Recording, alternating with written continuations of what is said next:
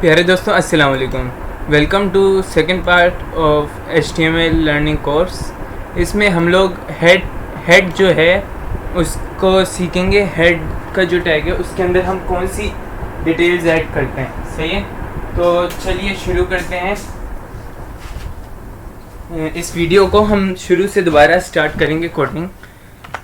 मैं चाहता हूँ आप भी मेरे साथ करें, क्योंकि आप सिर्फ वीडियो देख के कोडिंग को कभी भी नहीं समझ सकते। साथ साथ करेंगे तो आपको आएगी। ऐसे आपको याद नहीं रहेगा टाइटल के टैग का क्या काम था, कि लिंक के टैग का क्या काम था, और इसी तरह से स्क्रिप्ट के टैग का क्या काम था।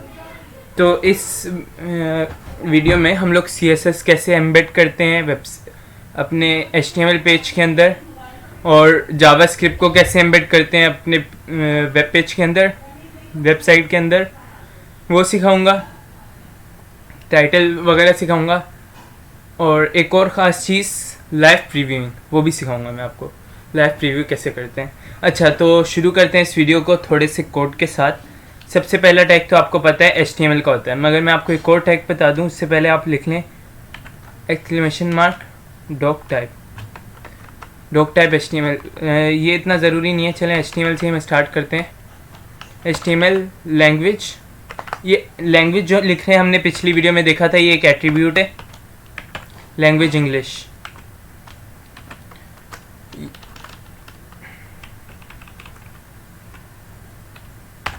यहाँ हेड का टैग डाल लेते हैं।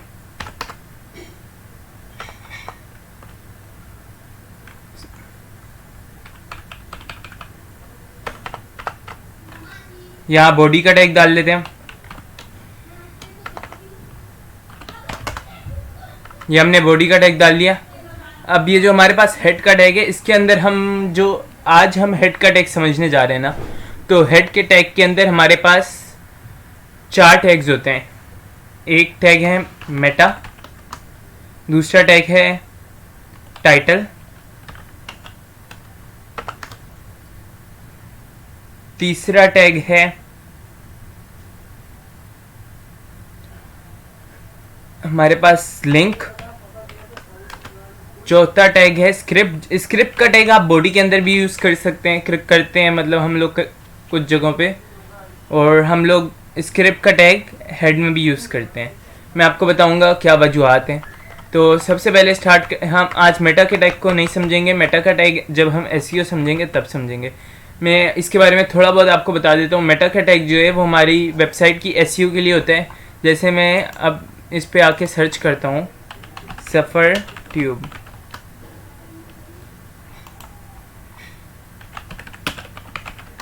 ये मैंने सर्च किया सफ़र ट्यूब। ये सफ़र ट्यूब आपको ऊपर दिख रही है, देखें। ये इसमें जो डिस्क्रिप्शन लिखी हुई है, ये टाइटल तो नहीं, डिस्क्रिप्शन जो लिखी हुई है। और इसी तरह से ये टॉप पे आ रहा है सफ़र ट्यूब सर्च करने पे। कुछ वेबसाइट्स होती हैं जो नहीं आती टॉप पे। इसका ये जो टैग वगैरह, ये सब जो क्या क्या आप सर्च करेंगे तो सफ़र ट्यूब आएगी। आप YouTube जैसे सर्च करते हैं, आप वीडियोस सर्च करेंगे, वीडियोस आप थोड़ा सा नीचे करेंगे, YouTube आपके पास आ गया। YouTube के टैग्स में वीडियोस दिला हुआ है, आपको youtube.com नज़र आ रहे हैं ना, देखें। तो ये मेटा के टैग्स के ज़रिए ये SEO होती है, वो भी हम सीखेंगे अभी। वो हम SEO वाली उसमें सीखेंगे, SEO की जो वीडियो होगी हमारी। सही है, तो हम आगे बढ़ते हैं टाइटल के टैग के साथ। सबसे पहले हम टाइटल का टैग सीखेंगे, के बारे में जानेंगे इसका काम क्या होता है। टाइटल का टैग एक तो आपकी वेबसाइट की SEO में भी काम आता है। सही है, सबसे पहले हम लाइव प्रीव्यू करना मैं आप लोगों को सिखा देता हूँ। मैं इसे सेव करता हूँ। आप जाएंगे इस ऑप्शन पे, एक्सटेंशन मैनेजर पे। यहाँ पे अगर आपके पास लाइव प्रीव्यूइंग इंस्टॉल्ड नहीं है, आप लाइव प्रीव्यूइंग को इंस्टॉल करेंगे। ये एक एक्सटेंशन है ब्रैकेट्स की, और विजुअल स्टूडियो में भी होती है। सही है, अगर आप विजुअल स्टूडियो यूज़ करते हैं तो आप उसे डाउनलोड करेंगे। उसके बाद आपके पास इस तरह लाइव प्रीव्यू का ऑप्शन आपके पास आ जाएगा। आप उसे क्लिक करेंगे तो आप जो भी कोड करें वो साथ के साथ अपडेट होता रहेगा। आप सेव करेंगे यहाँ पे, वहाँ पे आपको अपडेट दिखा देंगे। आपको बार बार रिलोड नहीं करना पड़ेगा। सही है, ये देखें, ये हमारे पास पेज ओपन हो गया है।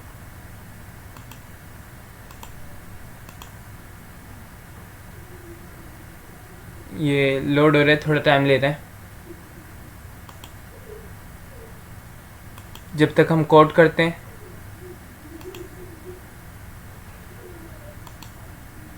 क्रोम रिलॉन्च करना पड़ रहा है हमें।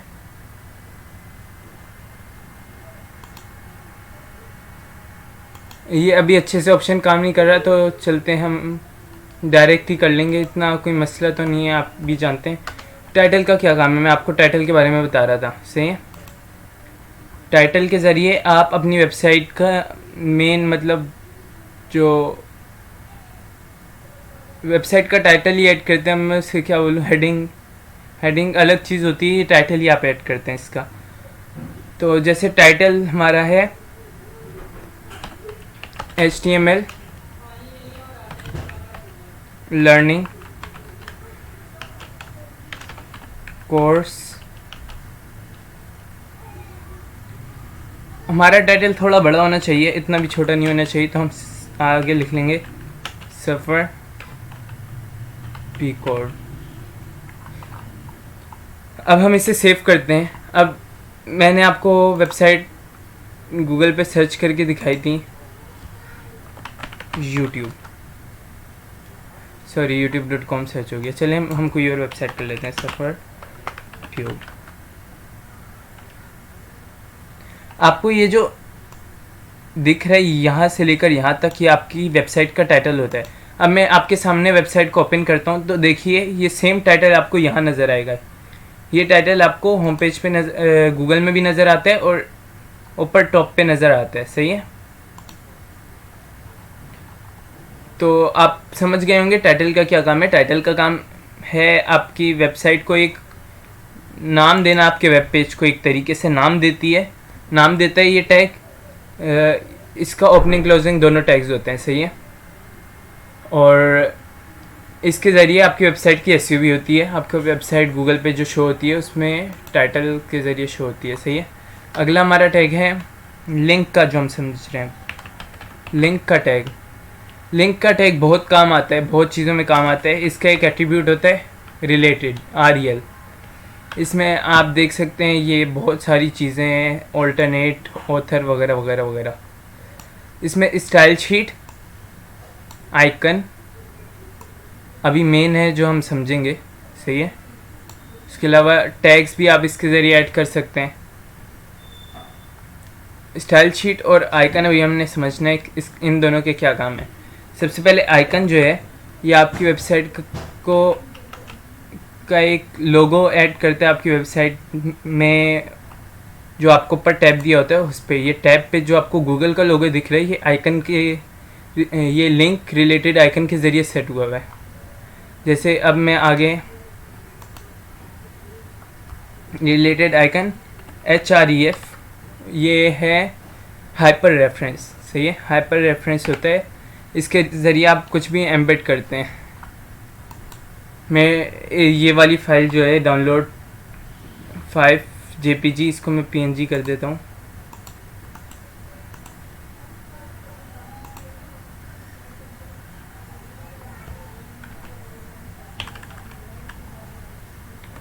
PNG कर देता हूँ मैं, और इधर भी मैं PNG कर देता हूँ। ये भी मैंने PNG कर दिया, सही है। अब ये जो है ये सिंगल टैग होता है, इसका सिर्फ ओपनिंग टैग होता है, कोई क्लोजिंग टैग नहीं होता। ये ओपनिंग क्लोजिंग टैग का इसका कोई झंझट नहीं है, सही है। आप इसे सेव कर लेंगे तो आप यहाँ पे अपना आइकन देख सकते हैं। मैं अब वेबसाइट ओपन करता हूँ, मुझे उम्मीद नहीं है कि आइकन नज़र आएगा, क्योंकि काफ़ी दफ़ा हमें नहीं आ रहा होता है इसमें। आप जब प्रोफेशनल कोडिंग करेंगे किसी डोमेन पे तो आपको ईज़िली नज़र आ जाएगा।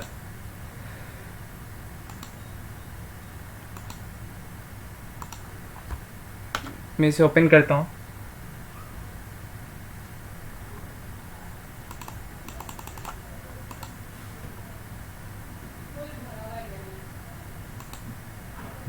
ये मैं इस फाइल को ओपन कर लेता हूँ, चलें।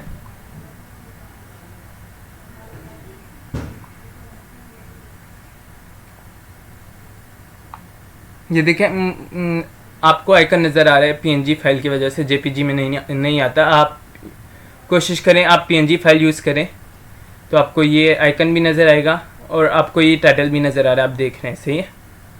ये हमने यही टाइटल ऐड किया था। जब हम इस वेबसाइट को अपलोड करते हैं गूगल पे, तो आपको गूगल पे यही टाइटल नज़र आता है एज अ नेम वेबसाइट का, सही है। अब यहाँ पे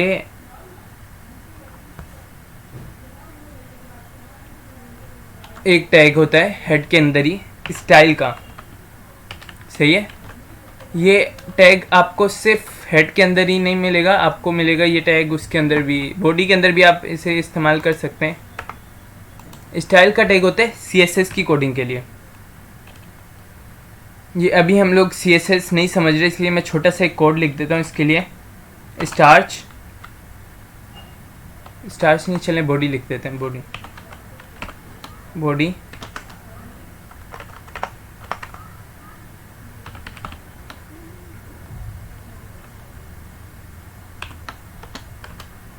बॉडी के टैग के अंदर बैकग्राउंड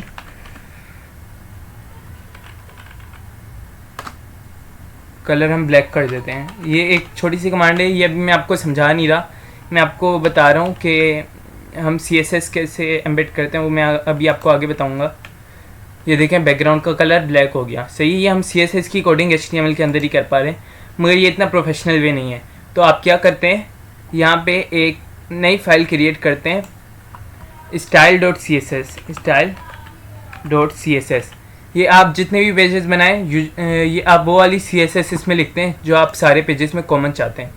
जैसे मैं अपने वेबसाइट में कॉमन सारे पेजेस में जाता हूँ कि उनका बैकग्राउंड जो है वो एक कॉन्ट्रास्ट आता है, एक्वा कलर से लेकर ब्लैक कलर तक नीचे तक, उसके ऊपर फिर डिफरेंट कलर्स में लिखा होता है, वो सारा मैं सेम चाह रहा होता हूँ हर पेज पे। हर डिवीज़न की जो क्लास होती है उसके हिसाब से, मतलब उसको क्लास दे दी जाती है। हम HTML में जहाँ ऐड करते हैं आपको वो चीज़ मिलती जाती है, मतलब आप ऐड करते जाते हैं। स्टाइल CSS में जो कोडिंग हुई होती है वो आपको मिल रही होती है। अच्छा, अब यहाँ मैं एक और कोड लिख देता हूँ। अभी आप ये बातें नहीं समझ पा रहे होंगे, आगे चल के आप समझ जाएंगे। मैं आपको अच्छे से डिटेल में समझाऊंगा, जब हम आगे बढ़ेंगे CSS भी आपको समझाऊंगा तब। अब देखिए यहाँ पे मैं एक और कोड लिख देता हूँ। यहाँ पे मैं लिख देता हूँ जो H1 है उसका कलर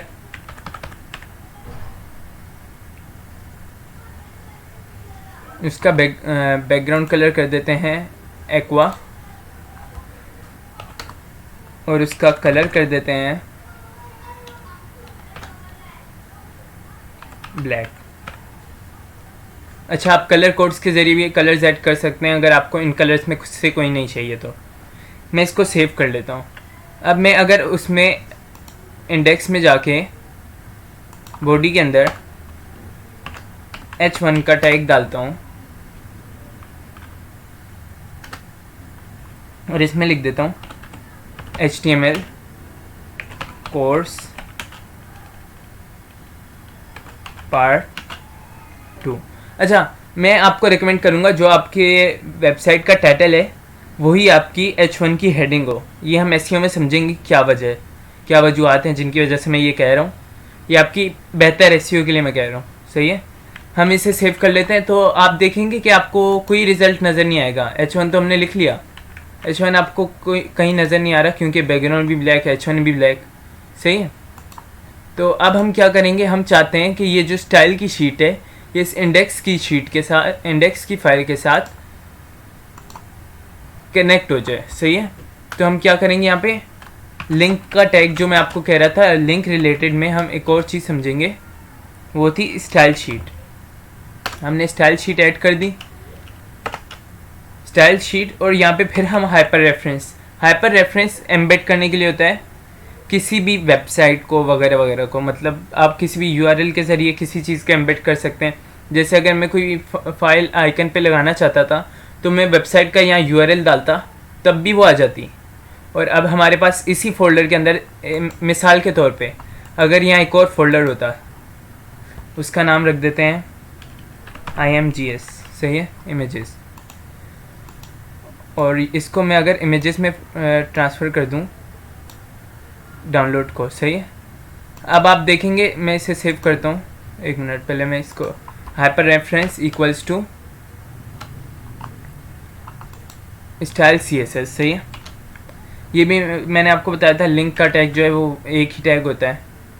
अब देखें आपको आइकन नज़र नहीं आएगा, ये देखें आप वो आइकन, मगर ये हमारी जो शीट है स्टाइल की वो एम्बेड हो गई हमारी यहाँ, आप देख सकते हैं, सही है।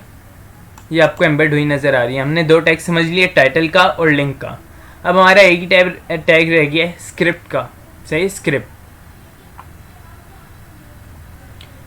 का टैग मैं आपको भी बताता हूँ उसमें क्या होता है, मगर उससे पहले आप ये देखें, आपको कोई आइकन नज़र नहीं आ रहा, वही डिफ़ॉल्ट आइकन आपको नज़र आ रहा है। तो उसके लिए क्या करेंगे, आप यहाँ पे फोल्डर अब डालेंगे। आप आपके फोल्डर, जिस फोल्डर के अंदर index.html है और जिस फोल्डर के अंदर डाउनलोड, ये किस फोल्डर में आके कनेक्ट होते हैं, पीकोड के फोल्डर में। पीकोड का फोल्डर इनका सुपर फोल्डर है, इसके अंदर एक imgs का फोल्डर है जिसके अंदर डाउनलोड 5png है। तो हम क्या करेंगे, यहाँ पे imgs, हमने सुपर फोल्डर नहीं डालना होता, उसके आगे का डालना होता है, सही है। अब हमारे पास ये इस तरह फाइल आ गई, हम इसे सेलेक्ट करके सेव कर लेते हैं। हम रिलोड करेंगे, ये देखें आपको आइकन नजर आ गया। हमने CSS की फाइल्स को कनेक्ट करना सीख लिया है। अब जावास्क्रिप्ट की फाइल्स को सेलेक्ट जो है एम्बेड करने के लिए आप यहाँ पे जावास्क्रिप्ट के लिए एक फाइल बना लेंगे, स्क्रिप्ट। अच्छा, आप कोई भी नाम रख सकते हैं, सही है, .js। इसमें आप जावास्क्रिप्ट की कोडिंग कर सकते हैं। जो आप कोडिंग करेंगे उसे एम्बेड करने के लिए आप यहाँ डालेंगे स्क्रिप्ट का टैग।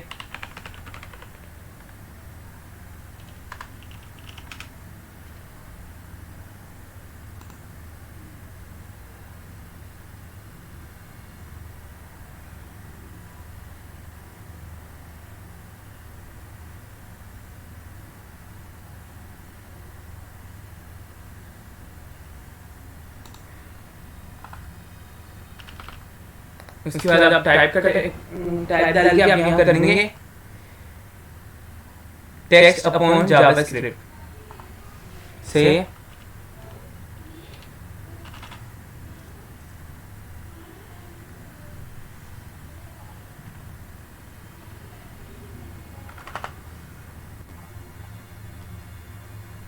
अच्छा, स्क्रिप्ट का टैग थोड़ा मैं चाह रहा था कि आपको बाद में समझाऊं। स्क्रिप्ट के टैग के अंदर आप यहाँ जावास्क्रिप्ट की कोडिंग तो कर सकते हैं आराम से, सही है।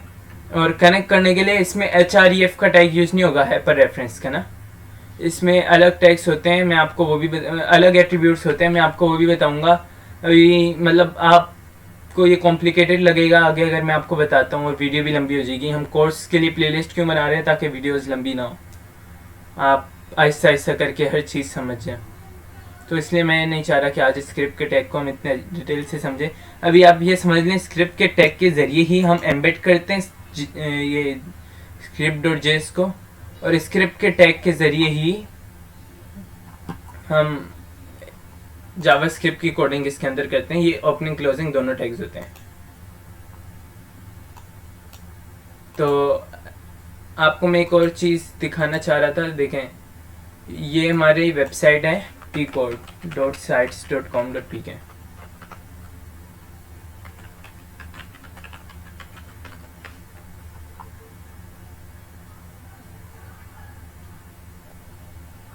मैं इसमें कंट्रोल U करता हूँ इसकी बैक सोर्स देखने के लिए।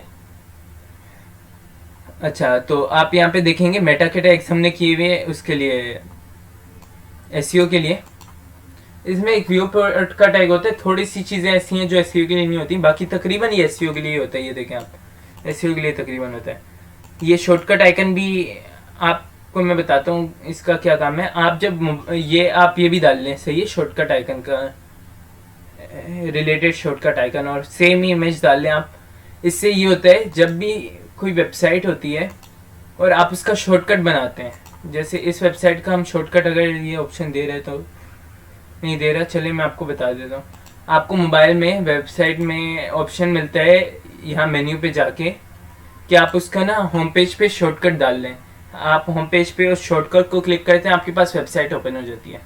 तो शॉर्टकट पे अगर आप अपना वेबसाइट का आइकन दिखाना चाहते हैं या कोई इमेज दिखाना चाहते हैं तो उसके लिए आप इस टैग का इस्तेमाल करते हैं। या आप रिलेटेड स्टाइल शीट देख रहे हैं, जैसा कि मैं आपको बता रहा था, हमने गूगल की एक स्टाइल शीट ऐड की हुई है जिसकी क्लासेस को हम यूज़ करके ये क्लास होती है, इसके ज़रिए हम लोग डिज़ाइनिंग करते हैं HTML के अंदर, एम्बेड और बेहतर तरीके से कर पाते हैं क्लास और आईडी के टैग्स के ज़रिए। ये दोनों टैग्स जावास्क्रिप्ट में भी काम आते हैं। अच्छा, एक और बात, इमेजेस एम्बेड करना भी मैं आपको वेबसाइट में दिखाऊंगा कैसे करते हैं। आपने देखा होगा इसमें ये इमेज जो है, ये भी मैं आपको सिखाऊंगा इंशाल्लाह। अच्छा, मैं आपको सिखाई देता हूँ इमेज कैसे एम्बेड करते हैं। उसके लिए हम लोग क्या करते हैं, इमेज का टैग, वो भी मैं इसलिए आपको बता रहा हूँ क्योंकि वो भी सिर्फ एक ओपनिंग टैग ही होता है, क्लोजिंग टैग नहीं होता। IMG, इसमें भी सेम केस है आपके पास, इसमें भी हाइपर रेफरेंस नहीं होता, इसमें आप सोर्स यूज़ करते हैं, SRC का आप एट्रीब्यूट यूज़ करके इमेज को सेलेक्ट कर लेते हैं और टैग को बंद कर लेते हैं। इसके अंदर और भी एट्रीब्यूट्स होते हैं, वो मैं आपको इमेजेस, हेडिंग्स और पैराग्राफ्स की अलग वीडियो बनाऊंगा, उसमें समझाऊंगा। मगर आप ये देखें, मैं HREF और सोर्स का अलग दिखाना चाह रहा था। इसमें भी सोर्स होती है इस्तेमाल, SRC इक्वल्स टू script.js। इसके ज़रिए आप जावास्क्रिप्ट को एम्बेड कर सकते हैं अपनी वेबसाइट के अंदर, जो भी आपने जावास्क्रिप्ट का कोड लिखा है। सही है। अब ये हमने इमेज ऐड किया, मैं आपको इमेज दिखाई दूँ। अब हम आ ही गए यहाँ तक, तो ये देखें इमेज एम्बेड हो गई, इमेज कुछ ज़्यादा ही बड़ी थी और हमारी जो जावास्क्रिप्ट का कोड है वो भी एम्बेड हो चुका है, जबकि हमने कोई कोडिंग नहीं की। जावास्क्रिप्ट की फाइल एम्बेड हो गई हमारे इस होम पेज में HTML के इंडेक्स। अच्छा, होम पेज हमेशा हमारा क्या होता है, index.html हमेशा। अगर आप चाहते हैं, देखें ये मैं सर्च कर रहा हूँ pcode.sites.com.pk,